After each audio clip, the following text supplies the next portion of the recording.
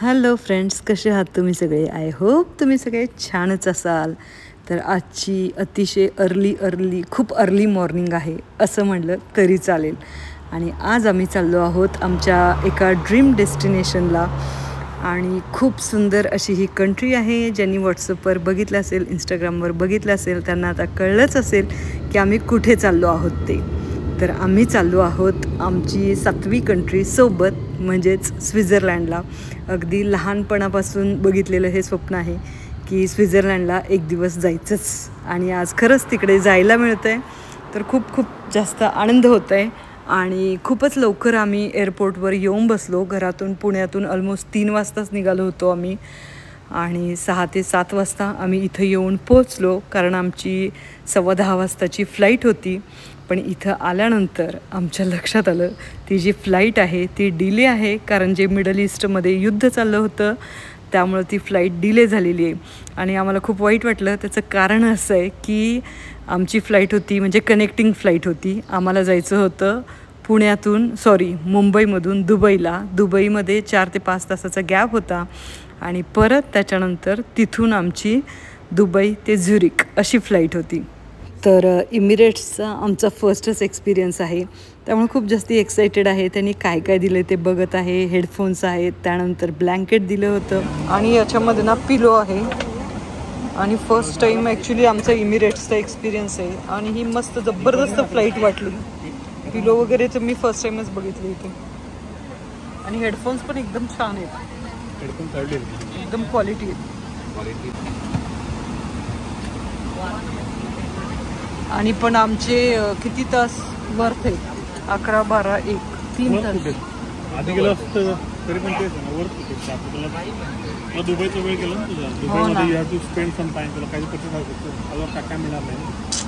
हो ना, मला गिफ्ट मिळणार होतं. आता मस्त मी इथं चार्जिंग करणार मोबाईल, इथं पिक्चर बघणार.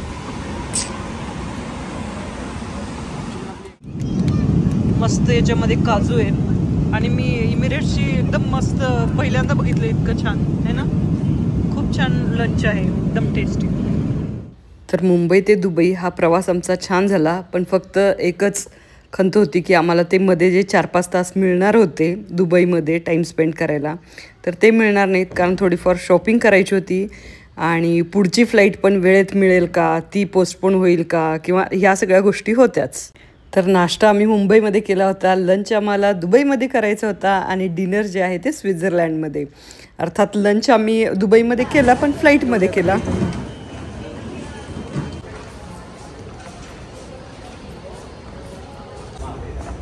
मग काय म्हणायचं आहे, इतक्या फास्ट आपल्याला फ्लाईट मिळेल अशी आशा येतं. आम्हाला आमच्या झुरिकच्या आंटी भेटल्या. हो, त्यांनी आम्हाला फास्ट पडवलं की पूर्ण होप सोडल्या होत्या. आज आम्हाला जायला मिळेल का नाही वाटत होतं स्वित्झर्लंडला. मला माहिती होतं, पण आरुषला आमच्या माहिती होतं. तर ॲक्च्युली आमच्याकडे ऑलमोस्ट अर्धा ते पाऊण तासच होता. आणि या पाऊण तासामध्ये आम्हाला ते टेन्शन पण होतं, कारण दुबईचं एअरपोर्ट जे आहे ते खूप मोठं असं एअरपोर्ट आहे. तुम्हाला तिथे बराच वेळ लागतो. पण आम्ही जसं आमच्या विमानातून बाहेर पडलो, जस्ट बाहेर येतानाच त्यांचा जो ग्राउंड स्टाफ होता तो आमच्या इथे आला होता. आणि त्यांनी ते झुरिकचा जो बोर्ड आहे तो घेऊन आले होते. आणि आमच्यासारख्याच आम्हाला कळलं की 3 ते 4 फॅमिली होत्या, त्यामुळं आम्ही थोडं रिलीफ वाटलं आम्हाला. नाही तर या अशा गोष्टी घडतात. आणि खरंच म्हणजे या ह्याच्यामध्ये तुम्हाला टेन्शन पण येतं, पॅनिक होतं तुम्ही. पण असं न करता, तर तुम्ही असं करू नका. आणि त्याच्याऐवजी तुम्ही, म्हणजे आम्ही काय केलं होतं, मुंबईला तिथेच आम्ही सांगितलं होतं, त्यांना कल्पना दिली होती की अशी अशी आमची कनेक्टिंग फ्लाईट आहे म्हणून. तर त्यावेळी त्यांनी ग्राउंड स्टाफने आम्हाला सांगितलं होतं की तुम्ही टेन्शन घेऊ नका, तुमची तिथं काहीतरी सोय करण्यात येईल म्हणून. आणि जसं त्यांनी सांगितलं तसं त्यांनी आमचं स्मूथ ट्रान्सफर केलं. संध्याकाळचे, रात्रीचे म्हटलं तरी चालेल, रात्रीचे मला वाटते 8:30 वाजलेत. आणि तरी इथं उजेड बघा, कसलं उजेड आहे.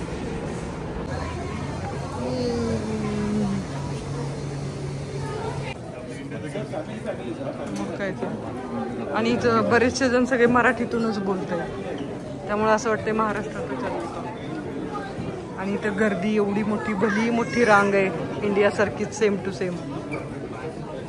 झुरिकमध्ये आम्ही पोहोचलो, इमिग्रेशन पण झालं आणि आता आम्ही बॅगेज काउंट करायला चाललोय. त्यात आमचा जरा पोपट झालाय, बघू आता काय होतं, कसं आम्ही पोपट सॉल्व्ह म्हणजे आमचा ॲक्च्युली सकाळी 10ची फ्लाईट होती, ती फ्लाईट डिले झाली आणि ऑलमोस्ट 4 तास डिले होती. 11, 12, 1 4 तास डिले होती. त्यानंतर आमची कनेक्टिंग फ्लाईट होती, ती पण आम्हाला मिळाली, पण आमची बॅग आता राहिलेली आहे. कुठली बॅग राहिली, कोण किती नशिबाने बघूया आता. पण फायनली आम्ही झुरिकमध्ये पोहोचलेलो आहे आणि इमिग्रेशन पण झालेलं आहे. आता आम्ही बॅगेज घेतो. आता आम्ही बॅगेज क्लेम करायला चाललोय, बघू आता. ती एक राहिलेली, त्यांनी म्हणले आम्हाला उद्या हॉटेलला पोहोचवतो. तर बघू आता काय काय. आणि सगळ्यात महत्वाचं कुणाची राहिली आहे ते माहित नाहीये. यांची दोघांची राहिली तर चालती, पण माझं राहिलं तर अवघड आहे. बघू आता. तिकीट क्लेम झाले वाटतं सगळं. ठीक आहे. हा, आणि फायनली ही माझी बॅग आलेली आहे. आता यांच्या दोघांपैकी कोणाची येते ती बघूया. दोघं पण वाट बघतायत कोणाची असली तरी चालेल. आणि झालं असं की माझी फक्त एकच बॅग आली होती आणि या दोघांच्याही बॅगा आल्या नाहीत. तर बघू आता कधी येतात ते. आणि मग आता आमच्याकडे बॅग नाही, तर मग आम्ही काय केलं आणि ती बॅग कधी आली, दुसऱ्या दिवशी आली, तिसऱ्या दिवशी आली, चौथ्या दिवशी आली, कधी आली आणि आम्ही याच्यावर सोल्युशन काय काढलं, पॅनिक झालो, काय काय केलं, तर याच्यासाठी तुम्ही बघा next blog. Stay tuned guys. आणि व्हिडिओ कसा वाटला नक्की कमेंट करून सांगा. व्हिडिओ आवडला तर लाईक करा, शेअर करा आणि सबस्क्राईब करा. Thank you so much guys. Thank you.